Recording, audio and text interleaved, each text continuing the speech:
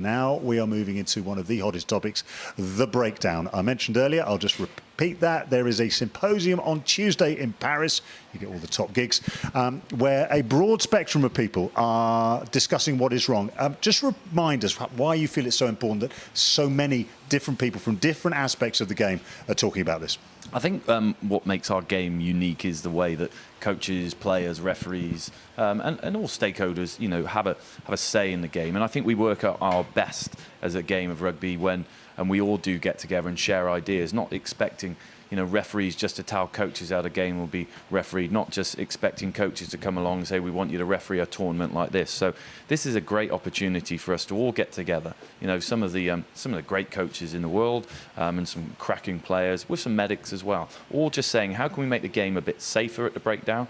How can we make it slightly easier to referee and understand from a viewer point of view, but also how do we get a bit more continuity as well? So all of those three things we'll be looking at, just to make our game a little bit better. We've got to be big enough as a sport just to say, it's not all right at the moment. Let's try and improve it.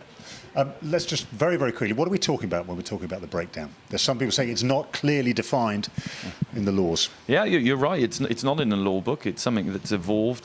It's something that evolves. It's over the kind of last 10, 12 years, what we've discussed. But what we mean actually is around that tackle moving into a ruck, and then what happens after that breakdown situation. It's really interesting, and I'm sure some people will be saying, just referee this law book. But the law book doesn't have all the answers, and there's some real strange anomalies in it. One, that there's not breakdown written in it. You can't tackle a man in the airbase, but when a winger dives for the corner, you have to be able to tackle him. If not, you might as well just let him score. Or when a winger dives in along the floor, you can't fall on a player who's on the floor, but you've got to be able to tackle him to stop him scoring a try in this wet weather. So what we want to do is make sure that the law book and our understanding of the law book and how we referee the law book, is up to date, to make sure that we are getting a better product, I suppose. I think the other thing is there's a balance to this. So often when you look at the breakdown, and trying to change it, it's to help the attacking side. So you get attacking rugby, and we all want to see a flow to the game. But you have to have balance there, because one of rugby's founding principles is that everything's a contest. And if you make it too easy for the attacking side at the breakdown, the defence go, well, there's no point competing at the breakdown, which means they fan across the field. We saw the problems that England had with Italy when the old Fox came out 2 years ago at Twickenham. That we saw what a mess that made of the game, because there were no structured offside lines. Everything else revolves around the contest at the breakdown. So we've got to make sure that whatever adaptations to the law or how it's going to be implied keeps that fundamental part of rugby, that everything is a contest. Let's try and piece this together then and start looking almost in our mind's eye how a breakdown starts to come together. So law 15.3, instantly your brain clicks in going, I know what that one's all about. Players involved in all stages of the ruck must have their heads and shoulders no lower than their hips. Sanction, free kick. Ugo, you're a player, you're our most recent player. You are trained to do a jackal. You're going in on the ball instantly. Where's your head and shoulders? Well, lower than my hips. That's exactly how we're coached to jackal and get yourself into a decent position. We're almost told to go into that kind of end shape. This is a wonderful example of that. Stephen Luatua, head and shoulders below his hips, but he's in a strong, destructive position to be able to latch on that ball and remain within that contest. So when you look at that example, and he gets the reward for that versus this one here, I mean, Francois Lowe, you could potentially say that his left knee's not quite supporting his own body weight. He gets pinged for that. But in terms of what we're coached and what the law book says, they almost contradict one another. And I think it's really important to explain that first arriving player, the Jackler, isn't part of the ruck, because there's no ruck then. So actually that law doesn't apply to him. So what we're saying is that first man there can have his head really low and his chest really low, as long as he's supporting his body weight. The two differences on those were that Francois Lowe today wasn't supporting his body weight. Hugo just said about his knee. But you think about that then. You've got to move that player. Steve Luatua over a ball, how do you move him? With his head really low and his chest on the player. The only way that you can move him is by putting your head below your shoulders to move him. So, this is that idea of, we know what's in the law book, but how do we make sure the game makes sense, or we will blow our whistle every single breakdown. There's 200 breakdowns in a game, so you don't want to hear 200 breakdowns when you come to watch a game at the Rec. You want to actually see some rugby. So this is what we're trying to work out. Is this law book, are the current laws, fit for purpose? Because how do you move him, Well, exactly. So here we go. We've got our tackle. We've got our Jackler in. His head's down. He's got his hands on the ball. You're a player coming in. You want to move him. Law 15.5. Arriving player must be on their feet and join from behind their offside line sanction.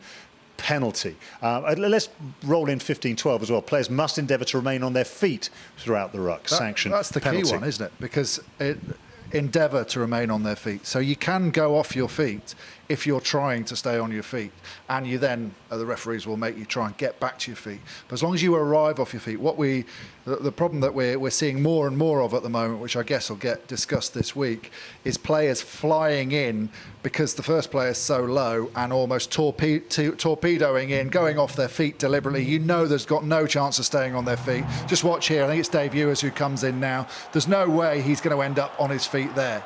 So, but we're actually seeing teams in the warm-up, and if you do miss it and you go too high, you end up with a crocodile roll where you're over the top, and the only thing you do is pull someone off their feet. Again, you're not allowed to collapse a ruck within the law book. But what we've got to find is what's acceptable, because you've got to have a route to clear these people. Now, for me, part of the problem is the starting point of the first player. Because we're rewarding some players that haven't got that perfect technique, we're seeing coaches putting those tackle sausages that we used to use for tackling end on, and the warm-up is just running in and hitting the end of it. Now, you're never going to stay on your feet, but the practice is how quickly you can get back to your feet to con the referee that you were trying to stay on your feet. I think it's interesting to go back to when these laws changed as well. 2009, so it actually took place when in the middle of the Lions where Ugo was playing. What used to be the law is if you put your hands on the ball and then a ruck formed, so all it needed was someone joining onto you, then the referee would say, take your hands off, and we would play on. But now, since that law change, what actually happened is said you put your hands on before the ruck's formed. You don't have to take them off.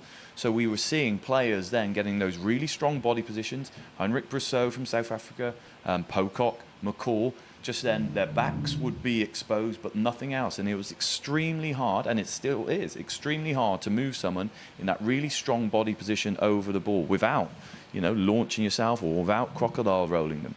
And we don't want to just reward the defence every single breakdown, or again, we stop, start, stop, start. So we're trying to find a way of making sure that the defence get reward, but also that there is continuity of the game, and it's a balancing act. Ugo, isn't that the key thing, though? Because you look at a young player like Jack Willis, he's got this remarkable flexibility. He can straddle the player, hinge at the hips, get his hands on the ball, and it's difficult to get him off. Most of the time, I guess, he's trying to get that ball away. But the contact will gather around him and will stop him doing that. So as Barnsley's saying, we want to let him do what he does, but we want to give the attack the opportunity to shift him. But it has to be done safely, because we're looking at potential for really serious injuries, aren't we? Yeah, well, players are adapting physically and technically to be in guideline with the rules. And at the moment, someone like a Jack Willis, Francois Lowe out here today are so good over the ball. My problem is the optics of what we're seeing at the ruck, seeing guys come flying straight off their feet.